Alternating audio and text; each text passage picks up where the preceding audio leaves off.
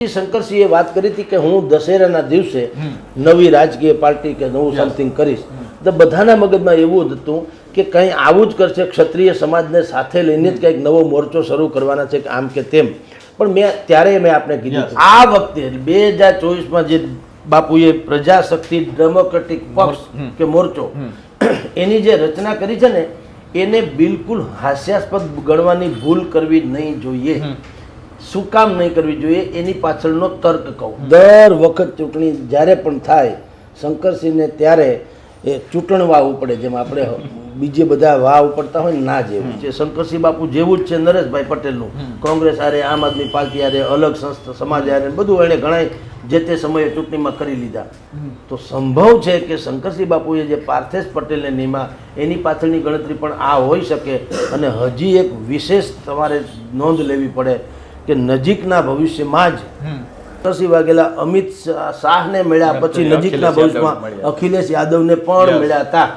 હવે આ બધોય ખીચડો તમે જો બનાવો, ભેગો કરો, તો આપણે કાઠિયાવાડમાં શિયાળામાં જેમ ઘૂંટો બહુ સારો બને ને એમાં ઘૂંટો બને. હવે એમાં મસાલો નાખીને જે થાય તે. શંકરસિંહ બાપુને શું છે, ચૂંટણી ટાણે બધું જ કર્યા પછી જે કવાયત કરવી જોઈએ, જે એને સમર્થન મળવું જોઈએ, એ સમર્થન કે કવાયતમાં એવો ઉણા ઉતરી જાય છે. અને એને કારણે એ સ્થાપના થઈ જાય, ડિંગ ડોંગ બધું વાગી જાય, ફિલ્મ ઉતરી જાય, પછી રામ જાણે શું થાય તે. બાપુ વિશે એમ કહી શકાય કે મારી ડાળખીમાં એકે લીલું પાન નથી, મને પાનખરની બીકમાં બતાવશો. અહીંયા ક્યાં આપણે કે ને ગોલાને કેટલી ગાયો હતી દૂધે વાળું કરતા હતા. આપણે જ્યારે પણ ગુજરાતની રાજનીતિની વાત કરતા હોઈએ ત્યારે એક એવા વ્યક્તિ છે તેમને ક્યારેય પણ જે છે ભૂલી ન શકાય, અને તેમના દ્વારા જે છે રાજકીય એવા અનેક વળાંકો આવ્યા છે જેને ગુજરાતની રાજનીતિનું ચિત્ર છે તે પલટી નાખ્યું છે. અને વ્યક્તિ એટલે બીજું કોઈને બાપુના નામથી જે ઓળખાય છે તેઓ શંકરસિંહ વાઘેલા. ટનાટન સરકાર બાદ તેઓ જે છે અનેક વખત ચર્ચામાં રહેતા હોય છે, અને હાલમાં તેઓ એક નવી પાર્ટીનું ફરી એલાન કર્યું છે. અને જે રીતે જગદીશ મહેતા સરે અગાઉ પણ વાત કરી હતી તે અત્યારે સાચી પડતી હોય તે પ્રમાણે શંકરસિંહ બાપુ એલાન કરી દીધું છે. અને તેનું પોતે પાર્ટીનું નામ છે પ્રજાશક્તિ ડેમોક્રેટિક પાર્ટી. 22મી ડિસેમ્બરે તેનું એલાન થવા જઈ રહ્યું છે અડાલતથી. અને ડોક્ટર રાજેન્દ્રસિંહ રાઠોડ જે વડોદરાના પૂર્વ મેયર હતા તે તેના અધ્યક્ષ હશે. ત્યારે ચર્ચાઓ થઈ રહી છે, ત્યારે ચર્ચાને લઈને વાત કરવા માટે આપણી સાથે વરિષ્ઠ પત્રકાર જગદીશ મહેતા સર જોડાઈ ચૂક્યા છે. તો આવો તેમની સાથે જ સીધી વાત કરીએ વાત ગુજરાતી પર. સર, સૌપ્રથમ તો વાત ગુજરાતીમાં આપનું ખૂબ ખૂબ સ્વાગત છે. સર, કદાચ સૌપ્રથમ તમે જ જે એલાન કર્યું હતું કે શંકરસિંહ આગામી દિવસોમાં કંઈક નવો પક્ષ લઈને આવી રહ્યા છે. કદાચ અત્યારે થોડા દિવસ એવું લાગ્યું કે હજી નથી પાર્ટીનું એલાન થયું, પરંતુ આખરે જે છે એલાન થઈ ગયું છે. પ્રજાશક્તિ ડેમોક્રેટિક પાર્ટી 2017 બાદ ફરી શંકરસિંહ જે છે નવી પાર્ટી લઈને આવ્યા છે. અને સર, આપણે જોઈએ તો શંકરસિંહ ચર્ચાનું કેન્દ્ર રહેતા હોય છે, તો સત્તાનું કેન્દ્ર રહી શકશે ક્યારેય? જો આપણે ગુજરાતીમાં કહેવાય છે લગ્ને કુંવાર, એ કહેવત છે એમાં ચૂંટણીએ ઉમેદવાર છે.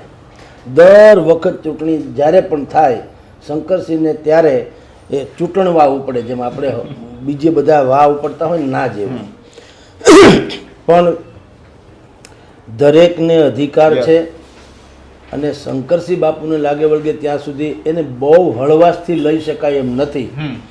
કારણ કે ખેલાડી જૂના છે રાજકારણના, RSS બેઝ છે, એનો પાયો બહુ ઊંડો છે.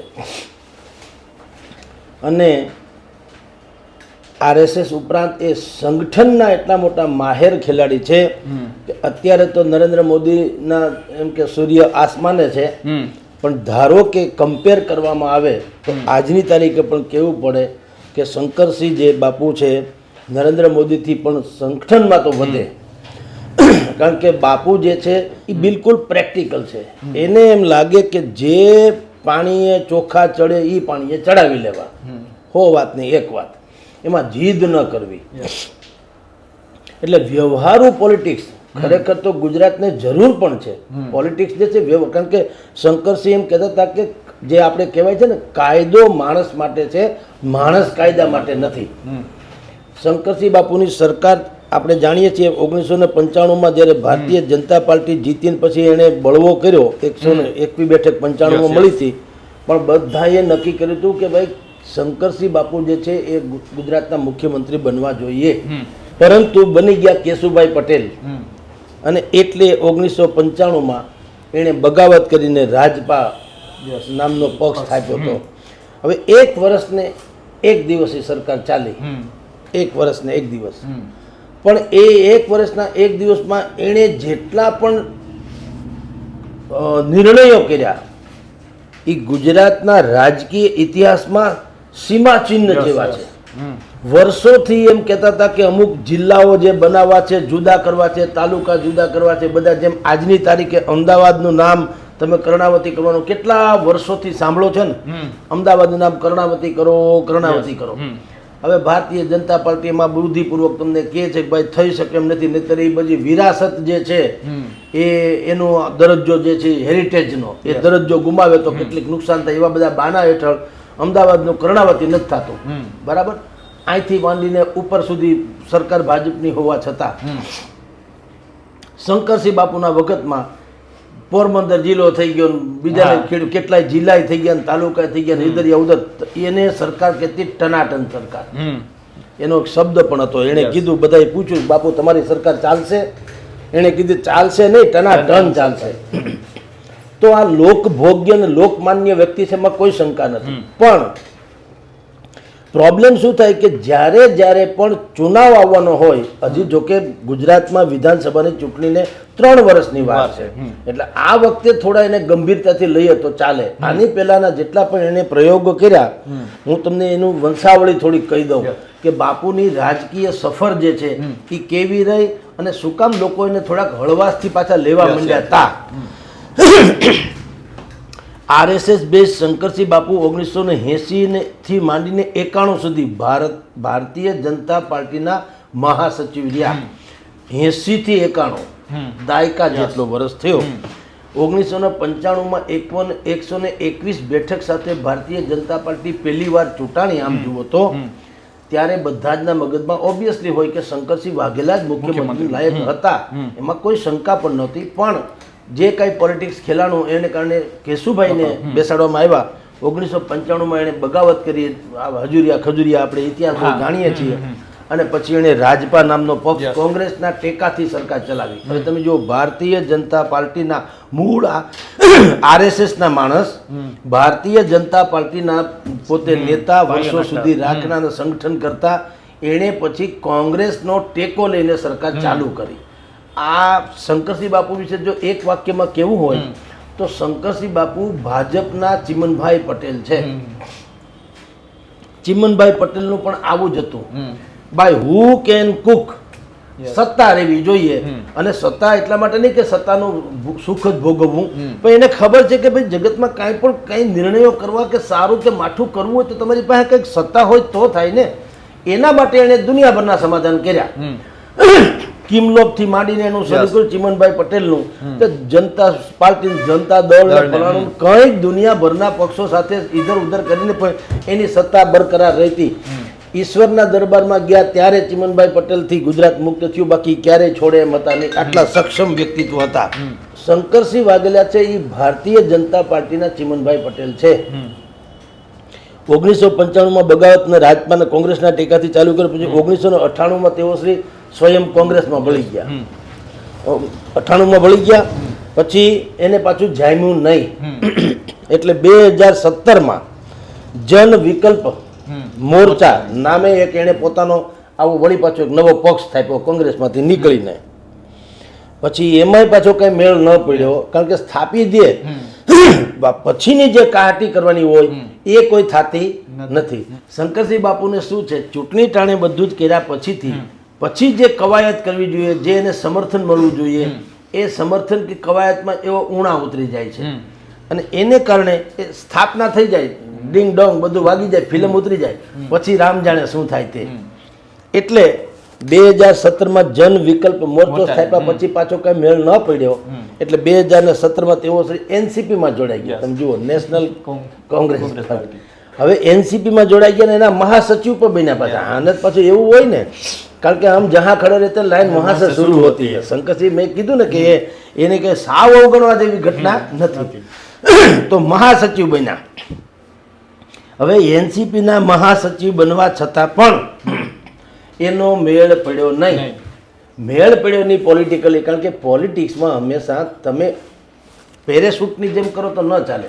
તળિયાથી નળિયા સુધી જવાની જરૂર છે. નળિયાથી તળિયામાં નહીં. બાપુ મોટું માથું છે, એમાં કોઈ શંકા નથી. બાપુ પાસે પૈસા છે, અનુભવ છે, આવડત છે, કૌશલ છે, બધું જ છે અને બિલકુલ પ્રેક્ટિકલ છે, મય ના નહીં. પણ જે ધરાતલ સપોર્ટ મળવો જોઈએ એ ક્યારેય બાપુને હાંસલ ન થયો. અને એ એટલા માટે ન થાય કે લોકો હવે દૂરંદેશી વાળા બની ગયા છે, આંધળુકિયા કરનારા નથી રહ્યા.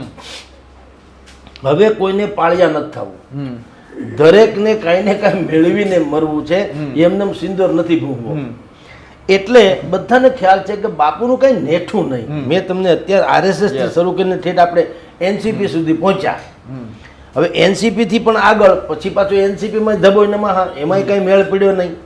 તો બાપુએ જે ક્ષત્રિય સમાજનું રૂપાલા પ્રકરણ થયું, એટલે ક્ષત્રિય સમાજ જે છે એ કેવળ ક્ષત્રિય સમાજ અહીંયા ગુજરાતનો નહીં, મધ્યપ્રદેશમાં છે, ઉત્તર પ્રદેશમાં છે, રાજસ્થાનમાં છે, આ બધાને ધ્યાનમાં લઈ અને એણે એક નવો ગતકડું પાછું કયો તો શરૂ કર્યું, ગુજરાત ક્ષત્રિય અસ્મિતા વગેરે વગેરે.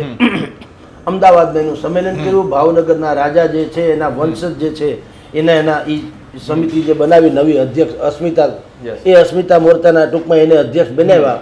પણ તમે જુઓ એમાંય બધું ફંટાણો, કારણ કે ક્ષત્રિય સમાજની પણ અનેકો સંસ્થા છે અને એ બધી સંસ્થાએ કીધું કે અમે તમારા નેજા હેઠળ કામ કરીએ એવું નહીં, તમે બનાવો જુદી વાત છે. પણ શંકરસિંહની વાત તો એવી હતી કે આ અમારી કેન્દ્રીય સંસ્થા અસ્મિતાવાળી અને એની નીચે ક્ષત્રિય સમાજની જેટલી પણ સંસ્થા છે એ બધી એની નીચે કામ કરે. તો એમાં કાંઈ મેળ પડ્યો નહીં.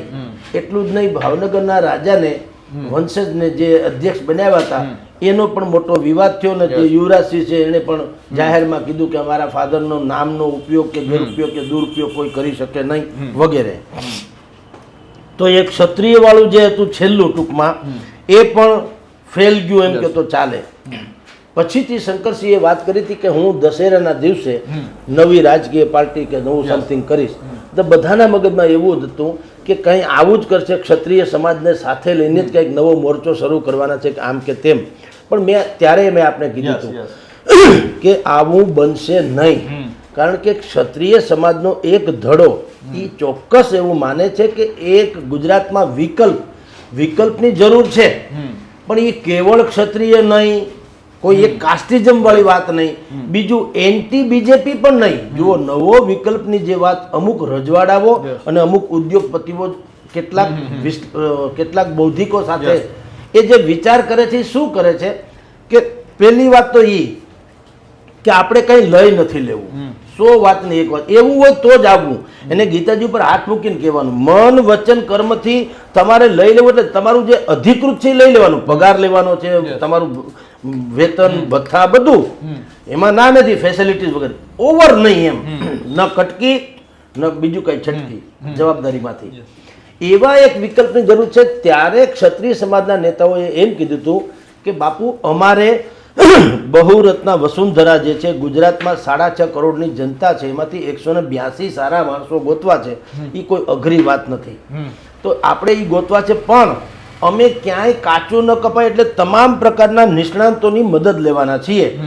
એમાં રાજકીય સંગઠનમાં તમારી મદદ લેવી છે, શંકરસિંહ વાઘેલાની. તમે એ બાબતમાં અમને માર્ગદર્શિત કરજો, પણ તમે અમારા ચહેરા નહીં બનો, મુખ્યમંત્રીના ચહેરા નહીં, બીજું પણ કાંઈ નહીં, તમારી કોઈ મહત્વાકાંક્ષા નહીં, એવું કાંઈ નહીં, કારણ તમે બધું ખાઈ પી ઉતર્યા છો. એટલે હવે એવું નહીં કરીએ. એક નવો જ મોરચો સંપૂર્ણપણે લોકોને સમર્પિત અને કલ્યાણકારી રાજ્ય આપી શકેની બ્લુ પ્રિન્ટ આપી શકે એવો મોરચો કરવો છે. પણ આપણે બધા જાણીએ છીએ કે બાપુને તો એ વસ્તુ પોસાય નહીં, એને તો કુછ ભી હો જાય, હંમેશા હમ જहाँ कर लाइन वहाँ से शुरू होनी चाहिए. અને જેટલી વખત એણે આવા બધા પ્રયોગો કર્યા અને એમાં કામયાબ ન પડ્યા, તો એને કંઈ બહુ બાપુને કંઈ ફેર પડતો નથી. બાપુ વિશે એમ કહી શકાય કે મારી ડાળખીમાં એકે લીલું પાન નથી, મને પાનખરની બીકમાં બતાવશો. અહીંયા ક્યાં આપણે કે ગોલાને ઘેર કેટલી ગાયો હતી, દૂધે વાળું કરતા હતા. હવે એટલા નિષ્ફળ ગયા, એક ઓર સહી. પણ આ વખતે 2024માં જે બાપુએ પ્રજાશક્તિ ડેમોક્રેટિક પક્ષ કે મોરચો એની જે રચના કરી છે ને, એને બિલકુલ હાસ્યાસ્પદ ગણવાની ભૂલ કરવી નહીં જોઈએ. શું કામ નહીં કરવી જોઈએ એની પાછળનો તર્ક કહું.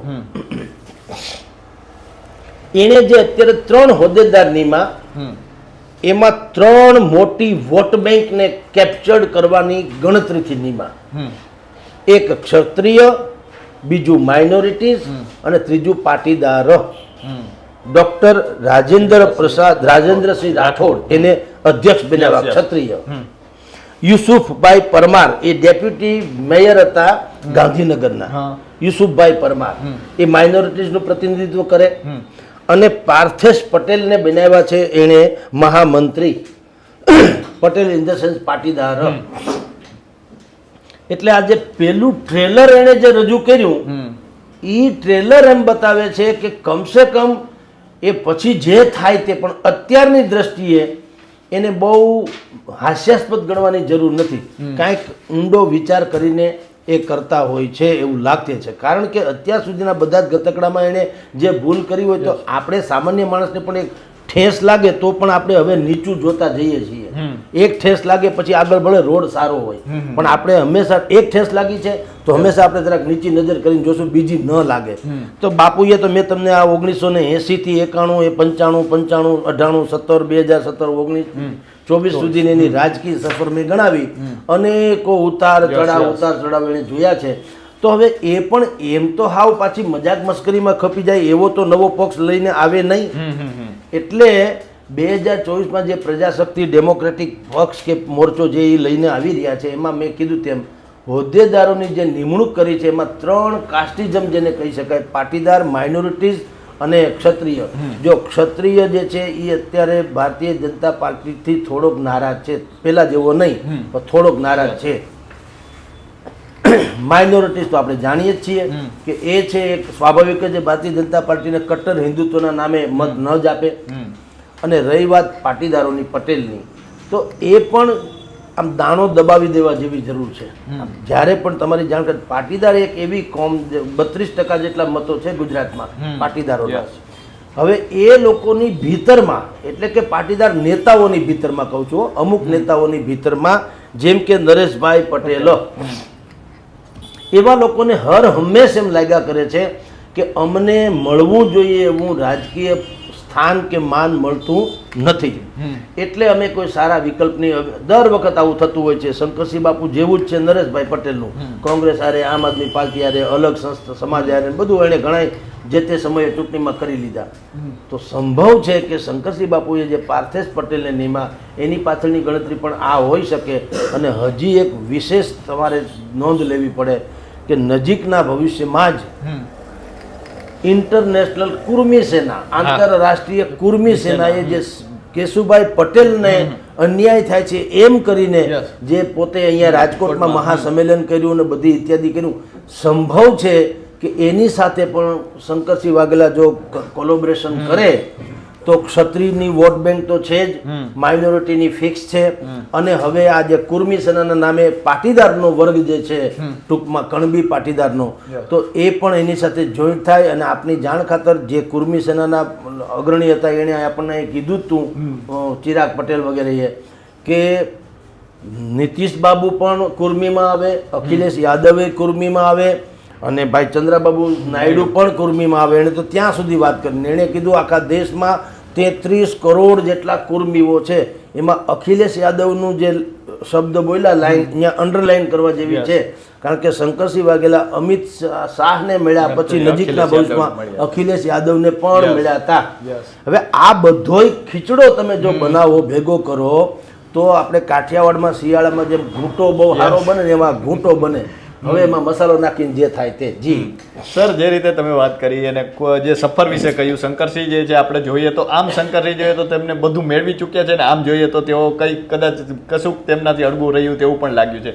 સર, આપણે જોઈએ તો આપણે ગુજરાતમાં ત્રીજો પક્ષ છે તે આપણે ક્યારેય જોયો નથી. તેનો ઇતિહાસ આપણે જોઈએ તો થોડો ખરાબ રહ્યો છે. તો શંકરસિંહ જે ત્રીજો પક્ષ લઈને આવી રહ્યા છે અને જ્યારે પણ ત્રીજો પક્ષ આવે તેને બી ટીમનો જે એક લેબલ આપવામાં આવે છે, તો આનું પણ સર એવું કંઈ થઈ શકે? જુઓ, દર વખત મેં કીધું તેમ કે પ્રયોગ હંમેશા થયા પણ નિષ્ફળ ગયા છે. કારણ કે કાચા પ્રયોગો હતા. આ પ્રયોગ પણ એમાંનો એક હોય તો 100% નિષ્ફળ જશે, એમાંનો એક હોય તો. પરંતુ મેં આપને અત્યારે જે ગણાવી કે એને જે આયામો કર્યા ગોઠવા છે, જે સ્તંભ નક્કી કર્યા છે, પાયા, માઇનોરિટીઝ, ક્ષત્રિય, પાટીદાર, હવે પછી જે ઉમેરાય તે, તો એ અને પછી હજી મેં કીધું 3 વર્ષ બાકી છે, તો 3 વર્ષની કવાયત શંકરસિંહ બાપુ જેવા માટે તો બહુ ગણાય. તમે તેંડુલકરને 2 ઓવર ખાલી રમાડો તો એ જામી જ જાય છે, પછી એને દડો ફૂટબોલ જેવો દેખાવા લાગે અને એ શતક માર્યા વગર રહે નહીં. પેલી 2 ઓવર જે હોય અજાણી તો હજી એમાં કદાચ એ ખચકાય, પણ માની લો કે એ સામે ગમે તેવો યુસુફ વકાર હોય કે ગમે તે હોય, માની લો કે એ 2 ઓવર ટકી ગયા તો પછી આપણે ભરોસો રાખવો પડે કે તેંડુલકર આ વખતે ખેલ નાખશે. એમ શંકરસિંહ બાપુ પાસે 3 વર્ષ છે. હવે 3 વર્ષમાં એણે જે રીતે પહેલી જ મેં કીધું એમ કે ટ્રાયલ જે કરી છે, અત્યારે આપણી સામે જે રીલ રજૂ કર્યું છે, એમાં તો મેં કીધું એમ 3 જણાને પાટીદાર, ક્ષત્રિયને, માઇનોરિટીઝને તો નોંધ કરી છે.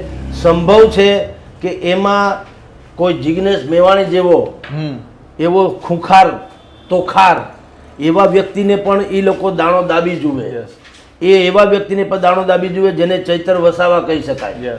તો આદિવાસીઓની વોટ બેંક ઉપર એની બહુ મોટી પકડ છે ચૈતર વસાવાની, અને ચૈતર વસાવાને ખબર છે આમ આદમી પાર્ટીની ત્યાં ચૈતર વસાવા ચાલે છે, તો આમ આદમી પાર્ટીને કારણે જો ચૈતર વસાવાને નુકસાન જતું હોય તો એ પણ કંઈક વિચારી શકે કે ભવિષ્યમાં શું કરવું. એટલે આમ તમે જેમ જુઓ, અને અત્યારે પણ આપણે જાણીએ છીએ કે ભારતીય જનતા પાર્ટીના સંગઠનથી, અત્યારના સંગઠનથી, CR પાટીલના નેતૃત્વવાળા સંગઠનથી ભારતીય જનતા પાર્ટીના જ ઓરિજિનલ જનસંઘી જેટલા લોકો છે એ બધા નારાજ તો ચાલે છે. અનેકો વખત મીડિયામાં બધું પ્રસિદ્ધ થઈ ચૂક્યું છે. તો એ સંદર્ભમાં, અને હમણાં જે વાવની બેઠક છે એમાં જો એક ટીવી ચેનલે સર્વે કરાવ્યો કોને કેટલા મત મળ્યા, તો એમાં પણ ભારતીય જનતા પાર્ટીએ સામેના ગુલાબસિંહને, કોંગ્રેસના સ્વરૂપસિંહ, ભાજપના ને નહીં, કોંગ્રેસના ગુલાબસિંહને મદદ કરી હોય એવું ધીરે ધીરે તારણ આવી રહ્યું છે. તો આ બધા જે તમે કીધું તેમ કે ભારતીય જનતા પાર્ટીના અસંતુષ્ટો પણ જો આમાં ભવિષ્યમાં જોડાય શંકરસિંહ બાપુના મોરચામાં, તો એ મોરચો જે છે થોડો ગંભીર સ્વરૂપ ધારણ કરે. અત્યારે એક વેક્યુમ ચોક્કસ છે કે અત્યારની જે સરકાર છે, ગુજરાત સરકાર, અત્યારની કહું છું, દિવાળી હમણાં બદલી જશે પછીની વાત નહીં, પણ અત્યારની જે છે સંગઠન અને સરકારી બેયમાં અનેકો ક્ષતિ છે, ખામી છે. આપણે જાણીએ છીએ ખ્યાતિ જેવી હોસ્પિટલ કાંડથી માંડીને બધા જેટલા બોલો એટલા ઓછા, આખી 40 વાંચી શકાય એમ છે અત્યારના દુર્ગુણોની ને દુર્વ્યવહારોની. તો એ બધું જોતા પ્રજાને પણ હવે એક તો છે જ કે ભાઈ આનો કોઈ મતલબ નહીં, આ સરકાર છે તો કઠપુતળી જેવી સરકાર છે, નરેન્દ્ર મોદીના નામે ચરી ખાવું, તમારે કંઈ કરવું નહીં તો શું મતલબ. અને ગુજરાત જેવું રાજ્ય છે, આ કંઈ જેમ તેમ છે. તો એ સ્થિતિમાં આ લોકો અત્યારે એક વિચાર તો ચાલી રહ્યો છે કે જો ક્યાંય સારી ડાળ મળે તો આપણે ઝૂલવું છે, એવું માનનારા કેટલાય લોકો છે.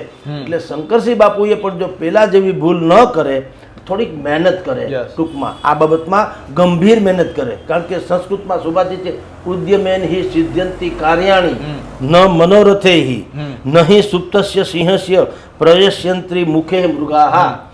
સિંહને પણ શિકાર કરવો હોય તો બહાર જઈને મહેનત કરવું પડે છે, પોતે હું તો મોઢું ખોલે શિયાળિયા કે હરણ, એ કોઈ ન્યા આવી જતા નથી. તો આ સિંહ એટલે કે શંકરસિંહ, એણે પણ આવી રીતે મહેનત કરવી પડશે. ખાલી મનોરથ એટલે કે કલ્પના કરવા માત્રથી કાંઈ થશે નહીં. પણ મને લાગે 2027 ઘણી દૂર છે, જ્યાં સુધીમાં આ વખતે શંકરસિંહ જો ગંભીરતાથી વિચાર કરીને આગળ વધે તો કમસે કમ એને અવગણવાની તો ભૂલ કોઈ કરશે નહીં. પરંતુ હજી તો ખાલી એનું ટ્રેલર રજૂ થયું છે, એટલે આપણે એનું કોઈ ભાવિ ભાખી શકીએ નહીં.